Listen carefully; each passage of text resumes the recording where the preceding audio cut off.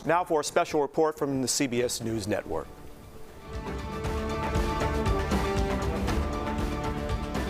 This is a CBS News special report. I'm Errol Barnett. We have breaking news for you coming out of the Middle East. Israel and Hamas have agreed to a ceasefire and hostage deal after 15 months of war. This deal comes after many months of negotiations brokered through the U.S., Egypt and Qatar. This chapter of the conflict began, you may remember, when Hamas orchestrated a terror attack on Israeli soil back in October of 2023. That killed 1,200 and they took another 250 people hostage. Nearly 100 hostages are still inside Gaza and at least a third are believed to be dead. Now, the Hamas-led attack also led to an Israeli military invasion into Gaza that killed more than 46,000 Palestinians. We want to bring in Face the Nation moderator and our chief foreign affairs correspondent, Margaret Brennan, who has been working the phones to get the latest information on this. Margaret, tell us, what is part of this agreement? This is a breakthrough deal, as you just described it. It's also going to be incredibly difficult to implement. But what it could mean is that as soon as this weekend, as soon as Sunday, you could see hostages released from Gaza, handed over by Hamas back to Israel. We will be watching to see the implementation of this. What we know is that on paper, Hamas and Israel have agreed to a deal that has multiple stages. The first phase, perhaps the most important, particularly to some of those American families who have been waiting to see their loved ones return. This is a 42-day implementation during which 33 of those hostages, some alive, some status unconfirmed, would be released in small numbers, during which time we would also see some redeployment of troops. We would also see aid go into Gaza, aid that is very much needed as famine-like conditions exist inside. Israel controls the entire security perimeter of that Palestinian territory, which is so embattled. What we know is that this announcement is expected to come in Doha, Qatar. That's because it is Qatar, a U.S. partner, and the United States that have forced this deal to come together. The U.S. pressing the Netanyahu government, Qatar and Egypt pressing Hamas to get to this deal today. It has been negotiated with the agreement of the brother of Yahya Sinwar, the architect of that brutal assault on Israel that you described. His brother signed off on this deal, I am told, by high-level U.S. and local sources who say this means it's official. Even just within the past hour, Errol, this thing could have fallen apart. But there are planning, as you saw there, I think, pictures there of a press conference being put together where the details will be released. But the bottom line here is of the hostages that were taken, 7 of them still in captivity are U.S. citizens.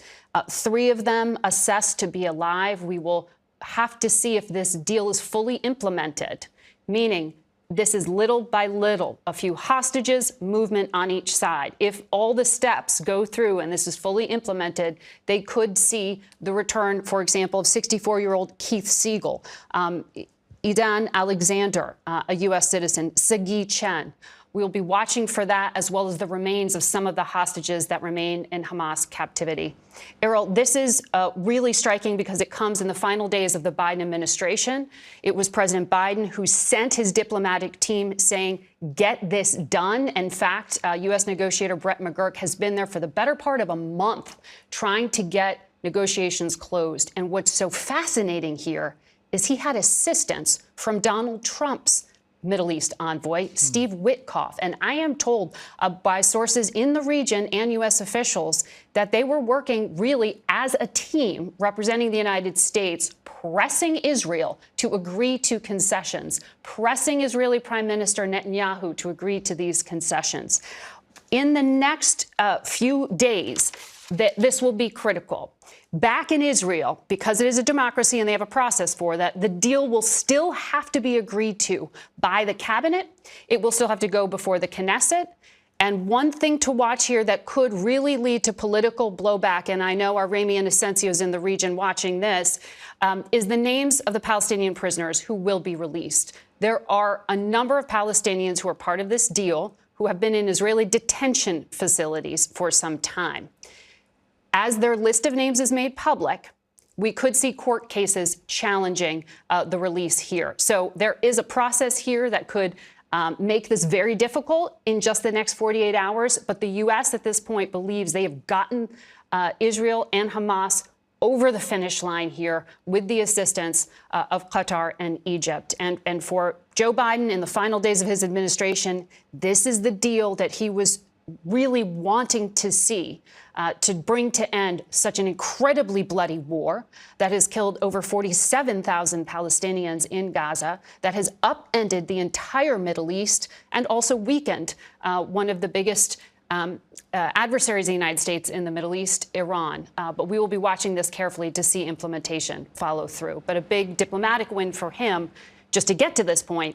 Now we have to watch the implementation of it. Margaret Brennan laying out the headline here on a breakthrough ceasefire deal agreement between Israel and Hamas. And as you just laid out, Margaret, though, it is tenuous. 42 days of a ceasefire where we could see hostages released as early as this Sunday, but there are so many components to it. Stay close with us. We want to cross over now to CBS News foreign correspondent Ramy Inocencio. He's been on the ground covering this war from both sides since the beginning. He joins us from Tel Aviv. And I know, Ramy, you've been in contact with many relatives of hostages and other victims. I'm curious what they've been telling you lately, as we've been hearing that this deal could be imminent, and what you're hearing from them today.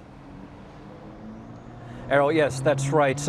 In terms of the reaction that I'm getting from some families of hostages I'm texting right now, is that there is relief coming from many, as you would expect. But from one complication, the older brother of the hostage, Avitar David, Eli David, who I spoke to in Jerusalem, just messaged me and said, it's complicated. He says, I hate this deal because his brother and 21 other men are actually not on this list of the 33.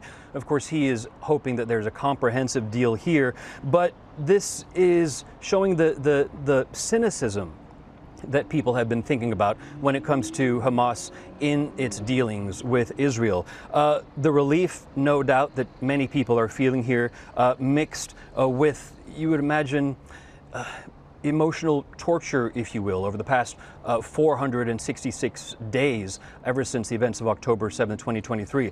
You can also imagine that this is not just one generation. We're talking generational trauma here, from hostages as young as 1-year-old to hostages as old as 85 years old.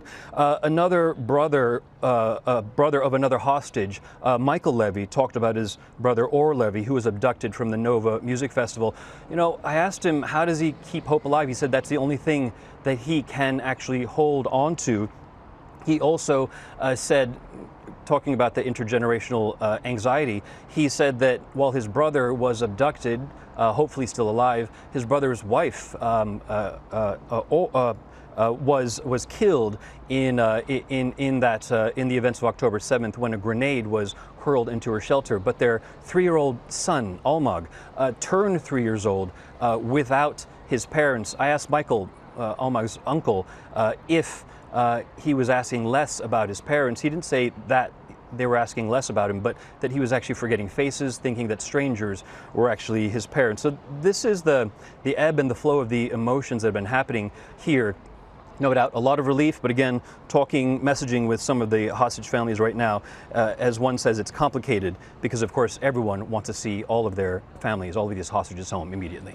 And that's understandable. And Ramy, you made a point about these first 33. We understand, according to details from earlier today, that would include women, children, and older hostages. Margaret Brennan mentioned Keith Siegel among them. He's an Israeli American. CBS News spoke with his wife. I spoke with his wife, Aviva, months ago. She's 63 now. He's 64. And while she was a hostage and released a month later during the first hostage release, she worries about his psychological state, which is so understandable. Can you give us a quick update on the latest on the fighting? Because that, of course, has continued this entire time. Yes, the fighting that has continued on in Gaza has been actually ramping up over the past few days. Our CBS News team in Gaza has been messaging us saying that they feel it might be Israel's attempt to try to destroy as much of Hamas as it has been trying to do over the past 15 months before any kind of deal has been clinched. But even in just the past hour or so, we even got reports of the killing, of the deaths of a few more journalists. Tragic in that this has happened just as this deal has been reached. But when you look across the whole entire 15 months, the death toll from the Hamas-run health ministry is pushing 47,000 people over nearly 470 days. You can do the math there. So many people losing their lives, men, women, and children. We have been talking about the hostage families. And to your question, it is so important to look across just miles south of where I'm standing here in Tel Aviv, with the devastation, with the destruction that you are seeing on your screens right now that have been continuing in Israel's avowed promise to destroy Hamas, still very much clearly intact as we see them very apparent in negotiations that have finally, as we see, come to the ceasefire right now. Remy Inocencio giving us the latest from Tel Aviv on this breaking news. Remy, thank you. And we are standing by for a press conference update of sorts out of Qatar. This Gulf nation helped mediate this deal. As soon as that happens, we'll bring you updates. But let's first cross to our CBS News national security contributor, Sam Vinograd. She served as former Assistant Secretary for Counterterrorism at the Department of Homeland Security. Sam, we understand this agreement, as significant as it is, will take place in phases. But what can you tell us about how we got here? Because it's not necessarily a slam dunk guarantee.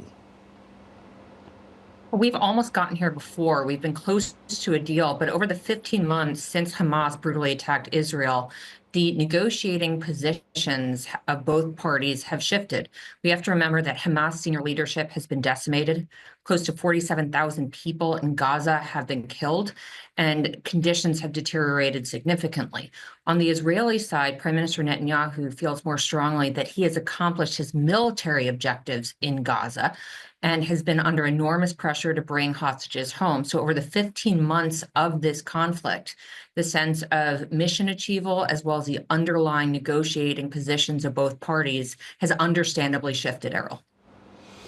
Sam Vinograd helping us understand how fast-moving developments helped us get here. Sam, thank you for that. And to recap for our viewers this breaking news, Israel and Hamas have agreed to a ceasefire and hostage deal after 15 months at war. CBS News has learned this breakthrough calls for hostages to be released from Gaza to Israel as soon as Sunday, and Israel will completely withdraw its military presence from Gaza.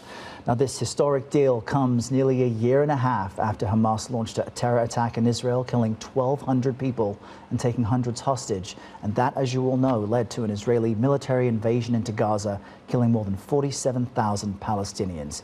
We're also expected to finally see aid get into Gaza amid famine-like conditions there. Stay close to CBS. Our coverage continues on CBS News 24/7, your local news, and tonight on the CBS Evening News. This has been a CBS News special report. I'm Errol Barnett.